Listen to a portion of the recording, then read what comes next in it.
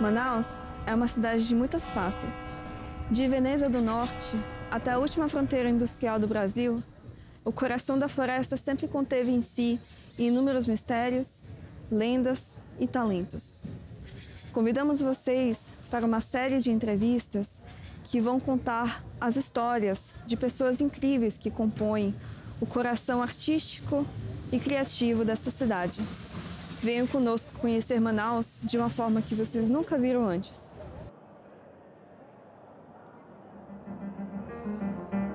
O nosso convidado de hoje é um músico de São Paulo que conquistou Manaus com seu talento e carisma. Apresento-lhes o pianista Renan Branco. Então, Renan, tudo bem? Tudo bem, tudo. Conte um pouco da sua jornada até Manaus. Como você veio parar aqui? Então, a primeira vez que eu vim para Manaus foi em 2016, em julho. Eu vim fazer 3 concertos com a Amazonas Filarmônica, a convite do maestro Luiz Fernando Malheiro. E em 2018 surgiu a oportunidade de fazer um concurso para pianista do Coral do Amazonas. E eu me mudei para cá nesse ano, começo de 2018. E desde então eu trabalho aqui, né? Aceitei esse desafio de mudar para cá e desde então moro e trabalho aqui.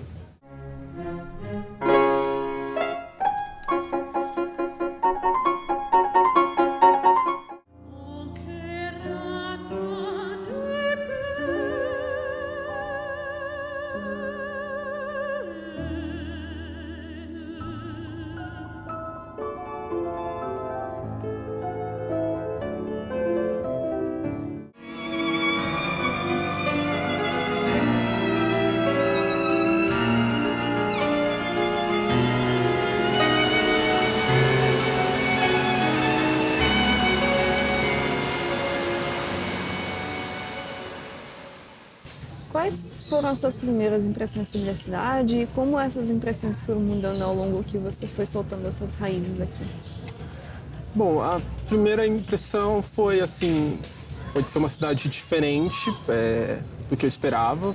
Por um lado, é uma cidade maior do que eu esperava, né? Eu não imaginava que fosse uma cidade tão agitada, uma metrópole como de fato é, né? Com muito trânsito e muita agitação. E também, o clima foi um baque, porque eu não esperava que fosse uma cidade assim, tão quente como é. Assim. Então isso eu diria que foi mais difícil para me adaptar. Eu sempre digo que até as pessoas que nasceram em Manaus sofrem com o clima de Manaus. É algo que é impossível para o corpo humano superar. A Manaus, de fato, é uma cidade muito única. Eu acho que todos concordam com isso. Quais foram as suas impressões sobre o cenário cultural daqui e as cores únicas assim da arquitetura e da música e do cenário local? Então, o cenário cultural aqui é muito variado, assim.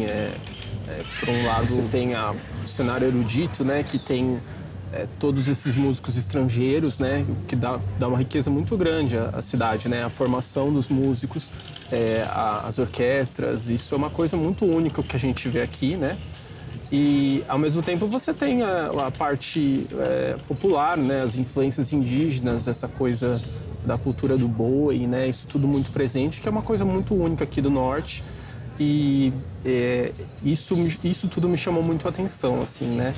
E nesse cenário pujante, você conseguiu encontrar uma inspiração única para você?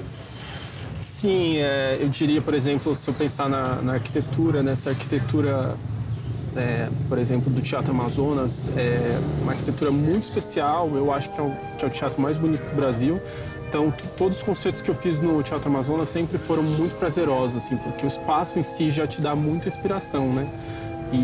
Ou, por exemplo, o Palácio da Justiça, né, que é um prédio da época da borracha, é muito gostoso você estar naquele espaço ali, é uma inspiração a mais pra gente que trabalha com arte, com música, né? Você recentemente, inclusive, gravou uma peça de Chopin, a Mazurka, no Teatro da Justiça. E também não foi a primeira peça de Chopin que você tocou aqui em Manaus. Você poderia falar um pouco sobre a seleção dessa peça específica e da experiência de apresentar Chopin nos tanto no Palácio da Justiça, quanto para o Festival Internacional de Encontro na Selva, que você participou.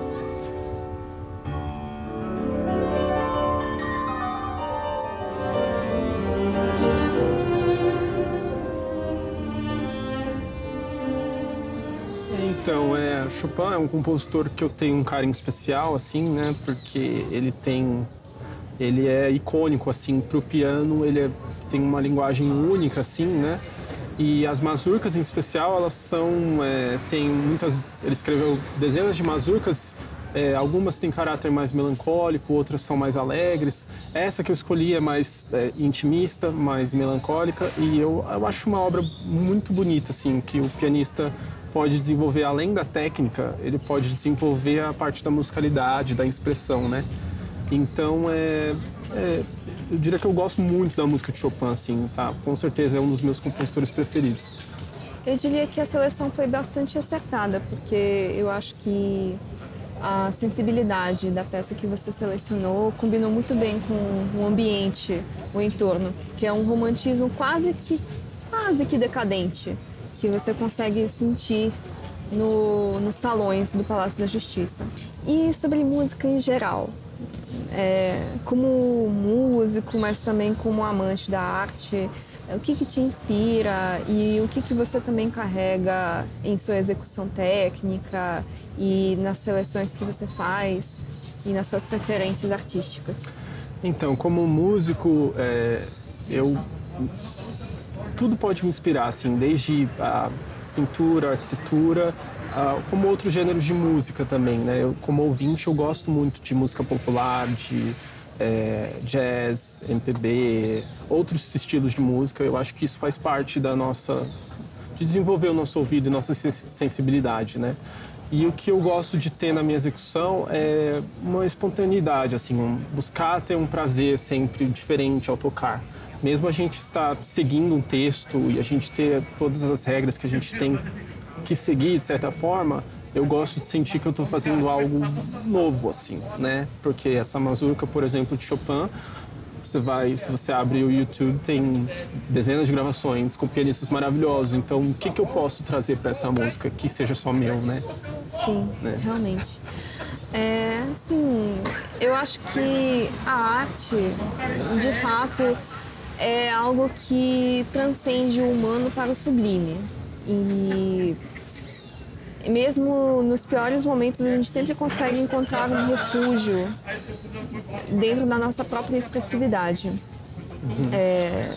Você considera que a arte brasileira como um todo e a música como específico carrega em si um traço genético único que dá a ela um sabor assim mais diferenciado em relação a artes da Europa, da Ásia, mas mais especificamente do Ocidente antigo, de onde mais vêm as bases para a arte erudita? Eu acho que sim, eu concordo.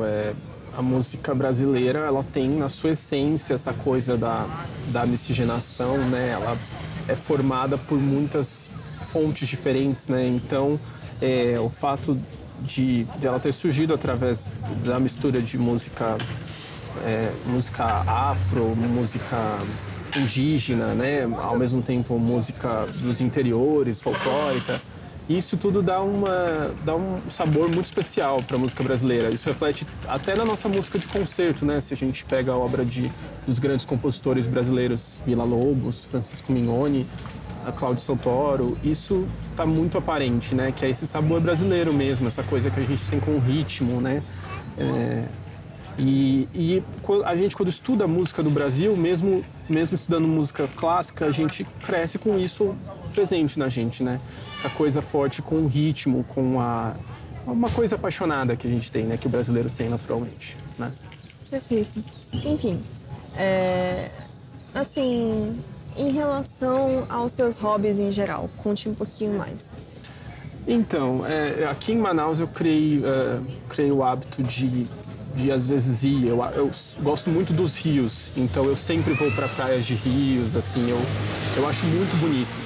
Assim, é uma natureza que também é uma inspiração. A natureza daqui, a chuva daqui é uma coisa espetacular, assim. E é uma cortina que te cobre, né? Sim, você sente até um alívio, assim. É uma chuva única que não tem em lugar nenhum no Brasil, assim. Então, isso eu acho tudo eu acho inspirador. A culinária daqui também, gosto de sair para comer, enfim. Então, eu diria que esses são meus hobbies aqui em Manaus. Eu recentemente estive, um amigo de infância, ele passou a infância dele inteira dizendo: nossa, eu queria ter uma ilha, um dia eu vou ter uma ilha. Ele não tem uma ilha ainda, mas ele conseguiu juntar um dinheirinho e recentemente ele comprou um pequeno flutuante só para ele. Nossa. Então, agora ele levou eu e mais uns 3, 4 amigos bem íntimos para conhecer. E ele realmente comentou isso, que é um lugar no qual ele consegue chegar e meditar e descansar e se livrar de todos os estresses do dia a dia. E realmente, assim, por mais que não fique num local muito distante de Manaus, mas o contraste entre o urbano e o natural é tão intenso que parece que a gente se transporta para uma realidade completamente alternativa. Isso é algo único aqui de Manaus, assim, uma capital, uma metrópole vibrante que você pode ir para a natureza com uma rapidez, assim, impressionante. E é como você disse, assim, é essa sensação que eu tenho quando eu estou num flutuante ou numa praia, assim, é uma natureza muito que te dá uma paz e uma tranquilidade que também faz parte da inspiração, né? Não Sim. só como artista, mas como ser humano, né? Eu diria até que, não sei, talvez para alguém que nasceu aqui e cresceu aqui, a impressão seja um pouco diferente. Mas, por exemplo, eu quando criança, eu lembro de, enquanto a gente ainda morava na Rússia ou quando a gente ia lá visitar, eu lembro de quando a gente ia acampar ou ia para a natureza, era sempre aquelas florestas de pinheiro que são mais esparsas, que o bioma é mais homogêneo. Então, você meio que acaba sentindo uma habituação mais forte, mesmo nos locais mais remotos, assim. Agora, a natureza daqui realmente é um universo muito paralelo, porque você sai uns 10 minutos da cidade e você chega na Mata Virgem e aí você entende de fato o conceito da Mata Virgem, que parece que nenhum pé de nenhum ser humano pisou em nenhum momento lá, em toda a sua existência. Eu acho que isso é algo de fato, como você mesmo disse, muito único, porque a gente passa o nosso dia a dia aqui em Manaus e a gente tem essa sensação de que, assim, o urbano é quase que opressor em sua vastidão. E Manaus é uma metrópole que, por mais que não seja tão grande quanto algumas metrópoles mais costeiras latino-americanas, mas ainda tem muito dessa contemporaneidade, bastante tecnologia, muitas pessoas, um centro muito vibrante. E aí é um choque de realidade muito forte quando você percebe que a uma distância muito curta você encontra algo que é completamente diferente e oposto ao que a gente tem aqui. É verdade. Eu sinto isso também em Manaus. É uma cidade muito, muito diferente mesmo. E isso que você falou sobre a natureza exuberante, né, é algo que também me chamou muito a atenção, assim, que é uma natureza que você, inclusive, quando eu vim a primeira vez em 2016, eu fiz o passeio lá do Encontro das Águas e é uma coisa, assim, impressionante, que eu acho que todo brasileiro deveria conhecer, assim, porque é uma natureza muito especial mesmo. Assim, por fim, para a gente finalizar a nossa conversa, bora jogar uma rodada rápida de expectativa versus realidade? Então, porque eu sei que se para mim, que vim do outro lado do mundo e tinha conhecimento muito fantasioso em relação ao que era o Amazonas e o que era o Manaus, eu sei que para pessoas que vêm do Sudeste ou do Sul, Por mais que, sim, existe uma proximidade maior, mas mesmo assim ainda existem algumas lendas que, quando você chega aqui, são um pouco diferentes do que você havia imaginado e construído na sua cabeça. Então, assim, clima, expectativa versus realidade. Bom, a expectativa é que fosse um lugar quente, mas a realidade é que é bem mais quente do que eu esperava. Hoje a gente acaba dando sorte, na verdade. Sim, mas... hoje está um dia bem gostoso, agradável. Sempre quando chove, como eu disse, eu adoro a chuva daqui, mas o dia que não tem chuva e é sol é sempre um desafio, assim, né?